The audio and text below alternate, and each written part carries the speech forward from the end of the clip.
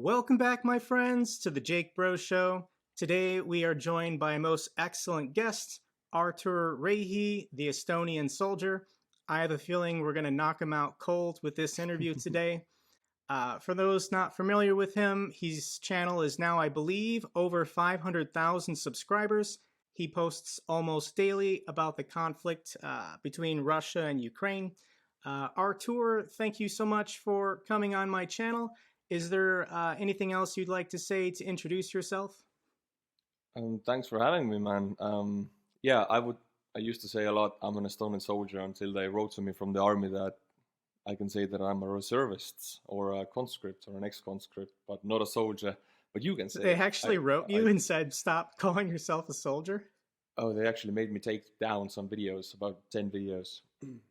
Oh, wow. Yeah. But you But are a lord in Scotland, right? Should I be calling you Lord Artur? I'm alert. Yes, in Scotland they have Milans there. Yeah, that's an advertisement. We don't have to do that. Yeah, I have. So The you said lordship. you're currently a reservist. What are your military obligations at the moment? Well, I completed my mandatory conscription in 2018. I went in October and I came out 8 months later. So it was 8 months conscription. And after that, 5 months later, I was called back to be trained again. Like reservists would be called up, like a mini mobilization, a part of the reserve force is called up to train. And if they do that again, I have to go, or if they mobilize, I'm the first one with among other reservists who has to go. But other than that, Estonia hasn't declared mobilization yet. So right now, in this moment, I have no obligations. Can I ask, is military service mandatory in Estonia, or did you volunteer? I didn't volunteer. It's mandatory. Conscription is mandatory. That means if you are a man and you're 18 years old, you get a letter. You get the letter when you're 16 or 17. You get the letter that you have to go into the medical inspection when you're 18, and then you have to complete 11 months or 8 months. Everybody has to do it. And after that, you're a free man, but that part is mandatory, yeah, the conscription So it's part. not like Russia, where it's only a small percentage that are unlucky enough to be called up. Is it every man who's able-bodied in Estonia, they have to serve? Everybody has to serve, but the reality is about almost half of them don't go. Due to medical reasons or due to being abroad, due to having children. I mean, the laws are not like authoritarian strict that you have to, if you have three children, you're much more useful to the country raising those children than being under the gun. So country is democratic, so they actually let you go if you really have some serious issues. So you weren't tempted to find three ladies, have three kids immediately, and then get out of service? I did everything I could to get away. I gotta be honest with you. I didn't want to go at all. I was 3 years in Hollywood, and every year cost me a lot of money, and I had to make that money and burn through doing it. And me coming back from LA to do conscription would be like losing everything I built up 3 years in America. And I lost all of that, but I gained something better, of course. But at that point, it was like the crashing down of my life. I Losing did everything. find that video you made in 2016 where you were living in Los Angeles. What were you doing in the United States at that time?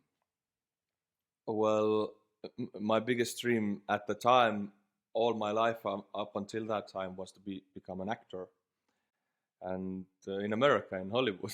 So when I graduated high school, 12th grade, I immediately went to London to apply for the American Academy of Dramatic Arts, which is an acting school in Hollywood. And I got in, and that was 3 years of my life after high school. Wow, so you spent time in London and then you spent time in Los Angeles. Yeah. The application process was in London, and then I lived in Hollywood for 3 years. Yeah, studying So acting and dancing and singing and all of that stuff. I did see one of your recent music videos. You're pretty good. Thanks, man. So are you saying that military service is what you brought you back to Estonia? Yes, the story is so weird because if not for the mandatory conscription, I would have not left America, at least that year, maybe in the next year, or because I had a working visa. You know, everybody who wants to come to America, it's really hard to get a work visa in USA, especially as an actor. You need to have like a movie coming up, you know.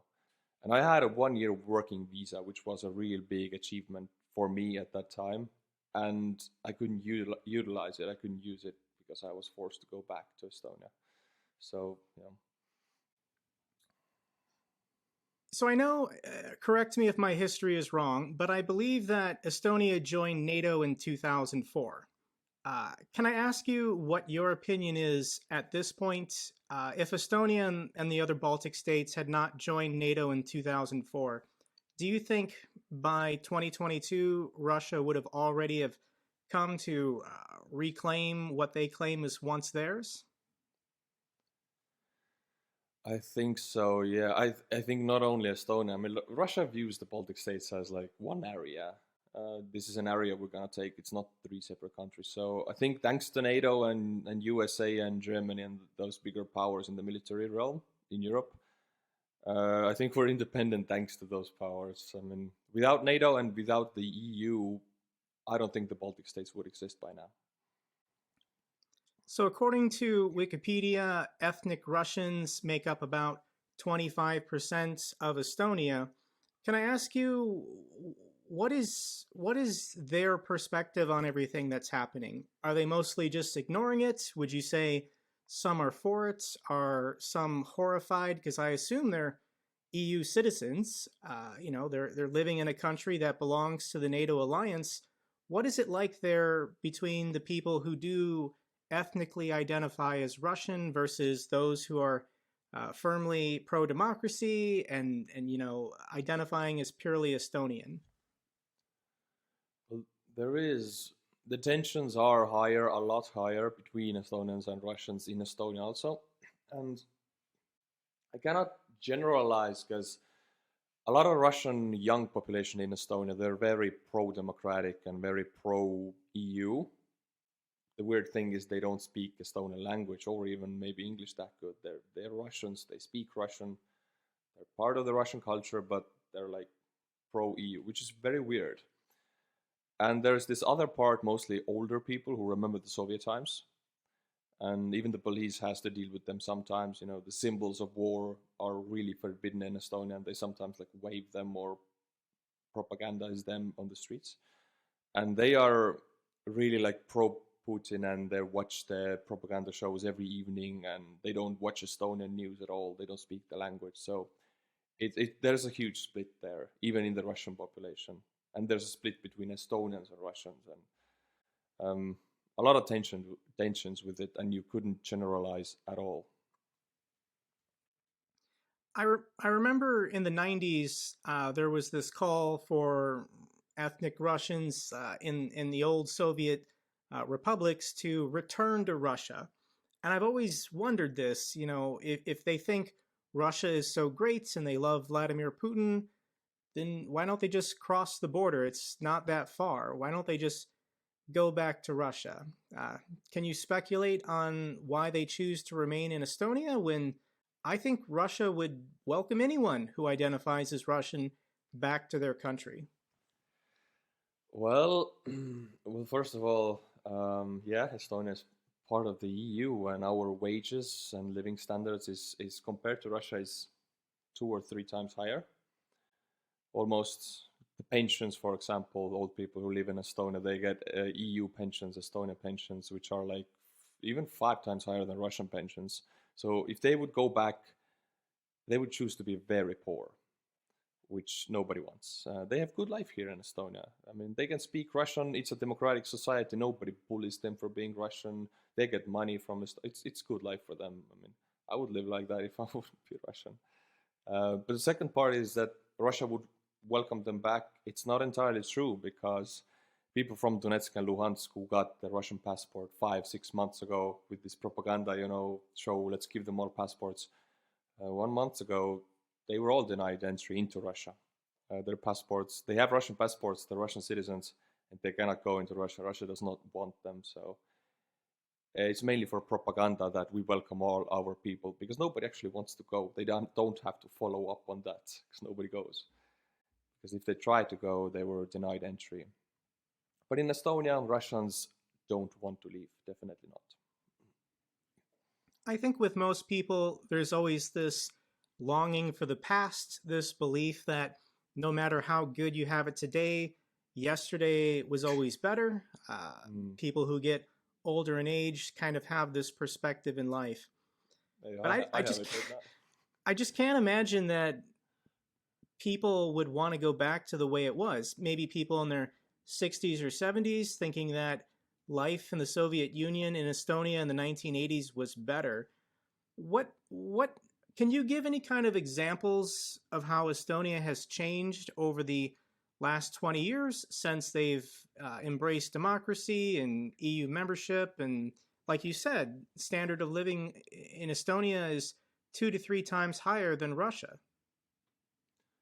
Yeah, Estonia is really radically, and they acknowledged what they have to do in the beginning of the 90s. You know, there's an even different difference with Latvia and Estonia or Lithuania. Like, Estonians broke down the collective system immediately. It wasn't like a gradual way of fading out of it. They broke it down immediately. Like, the first government of Estonia decided, okay, it's not communism anymore. We're gonna, like, thousands of farmers and collective workers are gonna be without jobs, but we're gonna dismantle this old system. And people were really angry that their jobs were taken away. The system changed really radically and fast towards democracy. But now we're at a better place for it. We have a very high IT involvement in the country. I think we're at a very good place compared to other ex-Soviet countries. So I think, yeah, it was a very radical change away from collectivization and communism. So let's go back to that first week in February when Russia finally decided to invade Ukraine. What were you thinking as you were seeing all these pictures and videos that first week? What was your expectations and maybe your reaction to what Russia had done? I actually remember it really well because I was making videos every day leading up to it, you know, following Joe Biden, whatever he warned the whole world. And I was waiting for it because, for in my eyes, I trusted what Joe was going to say, that it's going to happen. So I was ready for it. And then when it happened, I live streamed for 7 nights because my viewership is in the USA, and I lived at night. And for 7 nights, I didn't sleep. I slept during the day. I live streamed everything, and I didn't really watch like death and gore before that. Like, never really dove into that kind of stuff. But now suddenly there's 7 nights straight watching people burn and die, and it was really, that was a shock to me. Honestly, I wasn't ready for the violence and footage we get. Like, now I'm used to it. I'm fine with it. But back then I was really, mentally I was in a really weak place, and I was trying to hold it together. But it was a dark time for me, for Ukraine. Since you brought up, these violent videos that appear on Telegram and appear on Twitter, I'll admit to you and I'll admit to the audience that I click on every one. I don't know why. I just have this morbid fascination. I want to see what Russia is doing and what Ukraine is doing in response. Uh, do you think that there should be more aggressive censorship? When there are Russian soldiers being blown up by these mortar rounds, do you think that people shouldn't be viewing these kinds of videos on Twitter and Telegram, and that they, the most violent, gory, offensive ones? YouTube has a policy where you can't show it, you can't see it, but there are other platforms where you can see everything. Do you think that these videos should be more aggressively taken down by platforms like Telegram and Twitter? No, I don't think so. I think we are having an issue even now, when everything is out there in the open, that people, even in Estonia, we're next to Russia, people are cold about this conflict. Oh, it doesn't touch me. I mean, for me, I'm very passionate about this, and it touches every one of our lives. And I think the more people are, honest truth, the more people are shocked and startled by this, I think the better. I mean, no one should be able to ignore this conflict.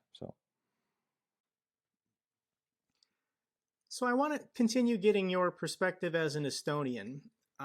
When we go back to Russia's invasion of Crimea, when they seized it in 2014, was there perhaps a change in perspective, especially from people in the Baltic states? Was there kind of like this heightening level of concern that, yeah, maybe the Baltics will be next if Putin made this move on Crimea? Yeah, there definitely was, and the Baltics have not been quiet about it. Now I don't even have to talk about the Baltics, Estonia, Latvia, Lithuania. It was also Poland.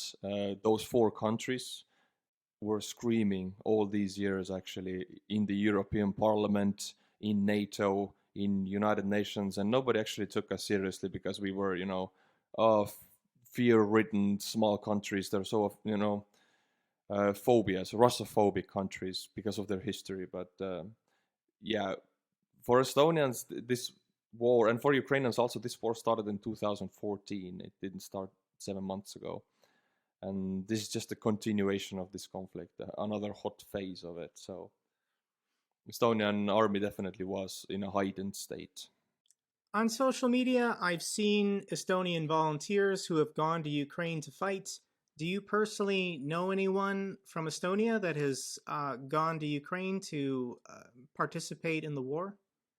No, I personally don't know anyone. I know some people who wanted to go, but they were denied entry because turns out, I mean, logically, you cannot just go. You have to have the papers, and Ukraine doesn't just let anybody in. So even if you wanted to go, it's not just a matter of driving to the border. Some people have done it, and they have actually have to come back denied entry. I mean, yeah. Would the Estonian government, uh, for any reason, mobilize you, even if Russia hadn't attacked you or a NATO country yet? Like, do you think that there could be something that Russia does in Ukraine where Estonia says we're not messing around anymore? We're calling up all of our reserves in preparation for what might happen. I think the use of a nuclear weapon would be that step, definitely, where I think all of the neighboring countries would mobilize. And also, if the mobilization happened, of course, I think every country would play it out as a training exercise. We are training our reservists, but if you're training them, they're already ready, they have their gear, they have their weapons, and they are training, which is a good use of time. So maybe they wouldn't just say we're mobilizing, maybe they would just say we are having these big training exercises all over the country or next to the borders just to have these troops ready there. What are your personal feelings on maybe being called up or maybe being mobilized? How do you personally feel about that? Honest truth, I don't want to be mobilized. I don't want to be called up. I don't want war. I don't want to go to war. Military was really hard for me. Conscript times, it wasn't easy for me at all. It was more like a very depressive time for me. I'm glad I did it. I feel stronger because of it, but it's a very scary thing for me to think that I would have to go.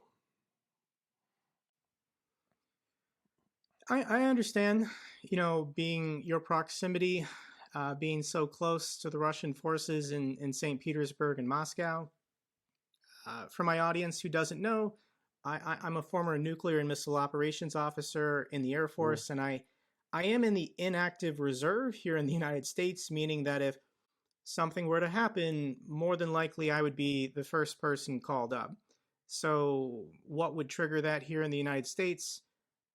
Russia using a nuclear weapon. I think that because I just got out 6 or 7 months ago, I would probably be one of the first people recalled, and then I would more than likely be sent back to my missile wing in North Dakota. And this is something that I reflect on and I think about often. Like, as this war escalates, I personally have to be ready. And, um, you know, I view it as my duty. There's very few people who could do the job that I did, and I would be more than willing to continue doing it, as the entire world would be going through a very tough time if Russia chooses to escalate with nuclear weapons.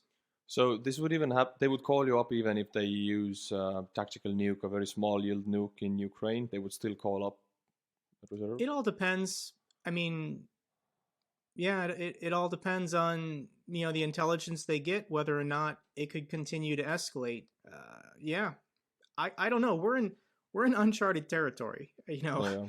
We've never had a true nuclear war. Uh, when in the last 30 years has the United States mobilized inactive reserve people? And I honestly can't answer that. I don't think we have.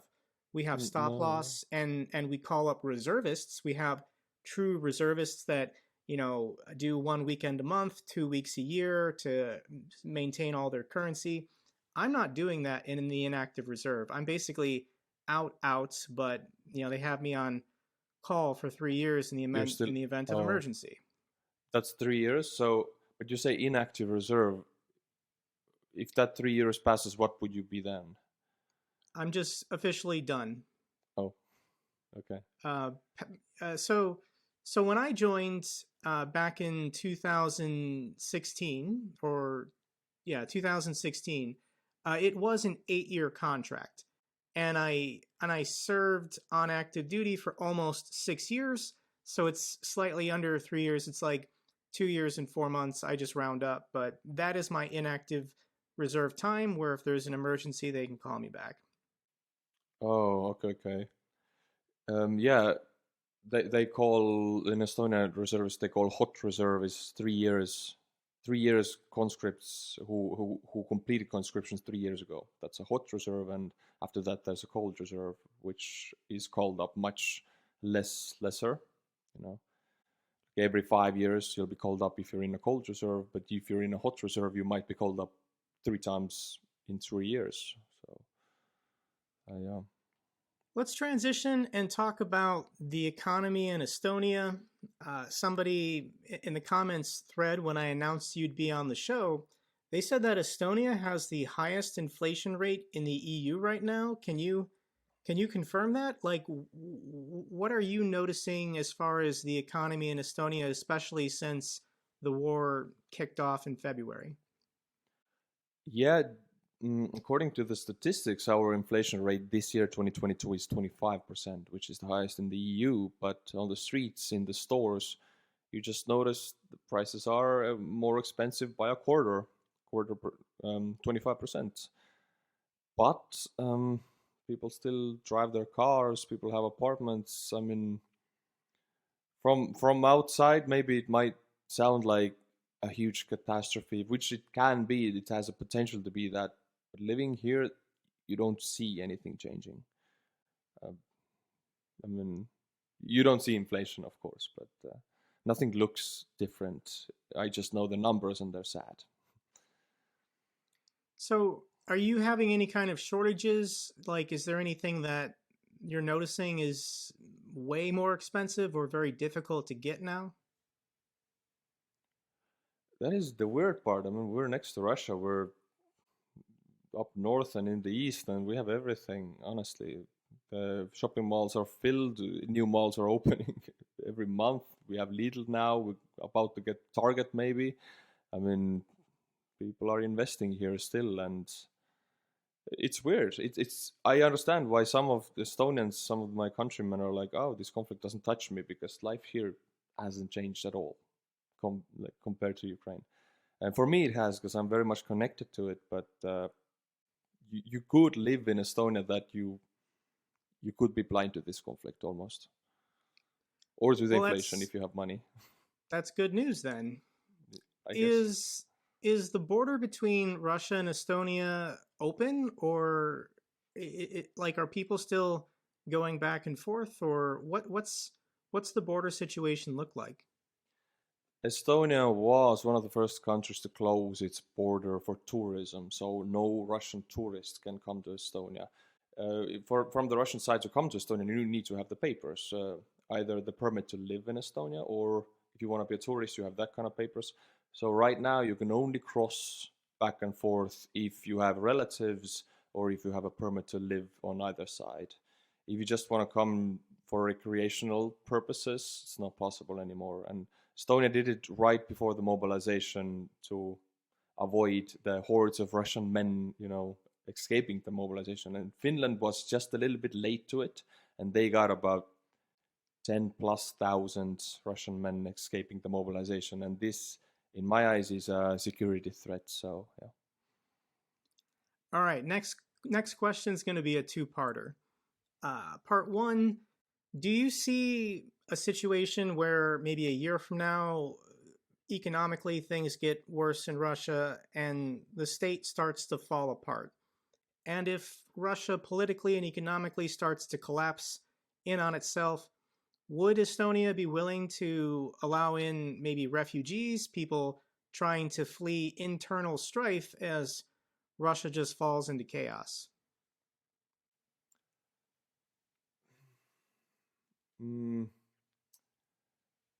I don't think the Estonian government and the defense forces would make that decision to let people in, because we're a very small country. Our potential to help anyone, I mean, we have 50,000 Ukrainians who have entered the country, who have chosen to help Ukrainians. If Russians need help, they have such a huge population, they have the potential to just overrun each country that is next to them. So I think Estonia would keep its border closed. What's the population of Estonia? 1.2 million. Yeah. And you said you let in about 50,000 Ukrainian refugees? Yes. We have chosen to help the Ukrainians, yeah. Since you mentioned them, what has life been like for them, or how is it going for the refugees that are still in Estonia?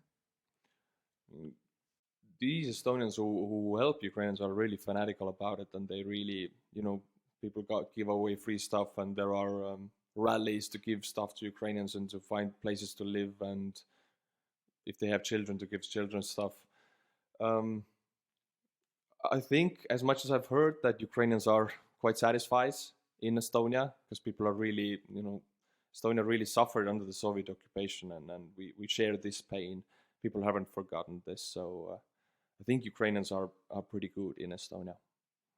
In that YouTube interview you did from 2016, you said something interesting. You said that the culture in Estonia revolves around loneliness and sadness. I know you kind of explained it then, but I just wanted to hear more about this. What do you mean by the culture in Estonia involves loneliness and sadness? Well, I ran into this in America a lot. Maybe this is why I said it in there. If somebody asks this same question from me in Estonia right now, I would answer differently. But in there, specifically, there's this keep smiling, and how are you? How was your day? This doesn't really exist here. I mean, people feel bad. They're really grumpy, and they don't really hide, or maybe try to smile. And maybe they're more of a friend with their sadness and loneliness, because we're all sad and lonely sometimes, but I feel like in Hollywood culture, at least, this is put away. It's packed inside. Whether in Estonia, yeah, it's miserable to feel lonely, and people just feel it, I guess, and they don't pack it away so fast. Maybe that's what I mean. When I was in the Air Force, I lived in Santa Maria by Vandenberg Air Force Base, which is now Vandenberg Space Force Base. But when you talk about the sunshine and the happiness of Hollywood, Los Angeles, it just has that climate where it's basically 72 degrees Fahrenheit all year round, and 260 days of sunshine. There are very few places in the world that have that kind of climates. And yeah, I mean, if you're living there and you can afford to live there, you can walk around and you can smile all the time. My issue was also that I couldn't afford it. So. Yeah, no. Yeah. I visited Los Angeles a couple times, and every time I visited, I regretted it because the traffic is so horrible. Just, I would drive in with my vehicle to do something fun, and I just felt like I spent all of my time stuck on a highway in traffic, following my GPS, and I couldn't get across the city. It's a I think it took huge me city. so my dad flew out and visited me, and I picked him up at the airport at LAX, and we were Mm, trying to get to San Bernardino, and I remember it took me like almost 3 hours unbelievable. Yeah. to get just from LAX to San Bernardino, and I just said I can't do this city. How do people live like this? I didn't understand it. I don't understand it now, honestly. I was a pedestrian, or I drove a bus because I didn't have money, and that wasn't good. I mean, if the city is not meant for the cars, it's not meant for pedestrians either. I don't know who this city is meant for, so. That's a good question. I can't answer it. So, are you just doing YouTube full time now? Is that what you're doing professionally? Yeah, YouTube has been my dream for like since I was 14 and it started. It has been my dream, and I want to as I feel right now, I want to do it as much as possible and as long as possible. I really enjoy it so much. But I also have a band which also brings in money for me, and I perform. I play the accordion and I sing. I'm like a folk singer. You play the accordion? Yeah, accordion was my first instrument. The guitar is like a hobby instrument which I learned later. But All right, I'm an so accordionist. Artur, you just got infinitely cooler in my eyes. I did not know you played the accordion. I You can do need a to song get for you. accordion music on your channel. People need to see this. People need to know this.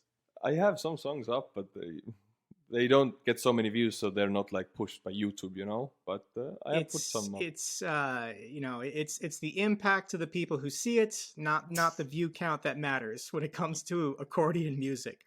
Yes, very well said. Very well said. True.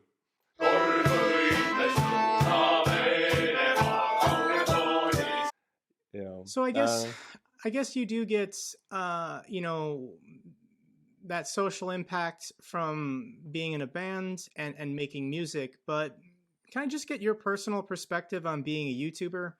I mean, I'm a YouTuber. I've been doing it full time for 7 months now, and I don't have any coworkers. There's no one at YouTube that I can email or talk to, and I don't have any employees. I'm not hired an editor or an assistant or a manager or anything like that. What's your perspective on?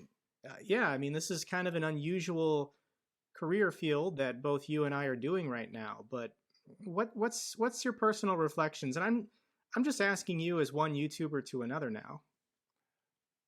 Mm, I don't know. Maybe it's hard to believe from the viewer's perspective, but actually, I'm a person who likes to be alone, kind a lot, most of the time. I spend most of the time with my girlfriend. If I'm not with my girlfriend, I'm alone.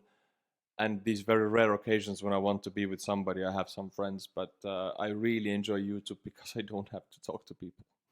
And I don't want to say this, or I shouldn't, but I have really enjoyed the fact that I'm alone in my room for years. I'm just that kind of a person, and it really helps if you have that kind of a trait to you. So you identify as an introvert. 100% yes. It might look weird, I know, but that's how it Well, is. you fooled me, and I fool everybody with that, yeah. I'm also an introvert. I like going out. I like interacting with people, but the way I describe extrovert versus introvert, extroverts receive energy from being around other people. Yes. Introverts lose energy by being around other people. So I'm very Mhm. strategic about my time and how long I'm out because if I'm at a social gathering and it's been 2 hours, I just kind of get tired. I just kind of run out of steam and want to go home and just do my own thing. But 100. Yeah, I'm I so with suspect you a right lot now. of successful YouTubers are introverts because one, they prioritize it, but also I do feel like this occupation is lonely. Not having coworkers, just being in a room like I am right now with all these lights, and it's just me. It's just me all Me and day. all my friends, you know. All right. Artur, do you have any questions for me? I think I defocused. Did I? No? Okay. Questions for you. Yeah, I really like the YouTube subject, actually. You've been doing this for 7 months. I mean, you have a lot of Yeah, I got out subscribers of for the 7 months, man. I got out of the Air Force in February, right before the war began. I was at about 80,000 subscribers, so I was doing pretty well. Like, I felt Oh. like with my content, I had a very high CPM rate talking about finance and investing. I was making enough where I said I can do this full time. I can replace my Air Force income with YouTube. And then the war broke out, and I made a couple one off videos, just my reaction to what was going on, and they got way more views than my investing content because there's more people in the world talking about it, interested about it. The algorithm was showing it to more people, and I just slowly started transitioning, talking about my normal finance and investing stuff, plus updates on the war, and then when my channel was at like 150,000 subscribers, I basically doubled in size in 3 months, and I said, Whoa. I think Whoa. I think I have more people watching my channel for these Ukraine war updates than I do about trading options in the stock market. And Which so is I weird because I've seen your investing videos before I knew you or before we talked. 21 summer was like a really big thing in the stock market before you. Now it's coming down, and I was in it also, and I was looking for guidance, and your videos popped up. I remember. yeah, I think with the Fed easy monetary policy, money was just pumping into the system. We'll never know what should have happened, with all of the markets, because Russia invading Ukraine threw everything off. The entire global economy is in disorder because of what Russia did. But But I mean, I weren't they printing like crazy before? yes, but obviously, the Federal Reserve, they had models and they had projections. They were saying, okay, we're gonna print this much money, and we're gonna project out 2 years what we think is going to happen. But nobody at the Fed predicted that Russia would invade in Ukraine, and there would be unparalleled sanctions put on Russia, disrupting Yeah. the global supply chain. We're experiencing tremendous inflation with food prices because the Hmm. bread basket of Europe is currently, getting all of their fields shelled. Nobody in Ukraine can farm because of this war. You And there's couldn't you couldn't actually, predict that. You couldn't predict that. yeah, and for Estonians and for Europe, I don't know if it's like that in America, but Belarus was a huge exporter of building supplies, wood, stones, all of that stuff. So, and building is really much connected to the real estate market. If the prices of building are higher, you gotta sell higher, and that affects everything. So, oh yeah, you asked me before what is really expensive. Building material is like 100%. If the inflation is 25, then building materials, wood and metal and stuff like that you would use to just put up a house is 100% growth. So that really affects the real estate prices in Estonia, and I think in Latvia, Lithuania also. So we actually just got the CPI numbers today. Since we're already talking about finance and investing, inflation year over year was still up like 8.4%, which was worse than what people were hoping for. The Mm. United States Federal Reserve is meeting November 2nd and 3rd. I think they're going to do another 75 basis point rate hike. So they're going to hike it in November. They're meeting again in December. They're going to hike it again. Every time that percentage goes up, it's more expensive, more difficult to borrow money. It's As far as the economy, recession, all that stuff, uh, everything's going to get worse. But I took a loan, a mortgage actually, my first ever in 2021, and this was at the height of everything. did you And get a it's really low rate? I think I got a decent rate, which I'm satisfied with. But it's not a fixed rate. I mean, it is a fixed rate plus Euribor. I don't know if you know what is Euribor. In America, I think we call it prime plus. Yeah. So Okay, there's a yeah. yeah the Federal Reserve prime rate plus whatever you got. So The yeah, past I 6 months understand what you're maybe. saying, but Yeah, and this is raising now. So I paid for a year. I paid the same amount, and now it's beginning to raise like slowly. 6 month periods, it raises like €50. Then again, $50. It's the same right now, so but is it's this the still. house you're in now? This is an apartment, yes. But you said what did you buy then? Mortgage apartment, yeah. So in America, we wouldn't say. I'm confused. Did you Oh, buy an apartment building? mortgage is only for houses? No, Usually, I took okay. I took out a loan and bought an apartment. Uh, how would you say that? I think what you bought is maybe a condo. Are you familiar with that word? Yeah, uh, condo Usually, is it? usually in apartments you rent. Houses Oh, you really? buy, or like a duplex or a triplex. But I don't know. I bought like Artur, yeah, okay. I greatly appreciate your time. Before we started recording, we were talking about these podcasts, and you were saying this is something you were interested in. For anyone who's made it this far, I might appear on Artur's channel at some point in the future. We might Yeah. do this again, and he'll be the one asking me questions. If you made it this far in the podcast, you must really enjoy Artur. If you're not already subscribed to his channel, subscribe to his channel. He's a lifelong YouTuber. He's going to keep making these videos forever, as he said. Uh, until the next podcast, everyone, take care, be safe.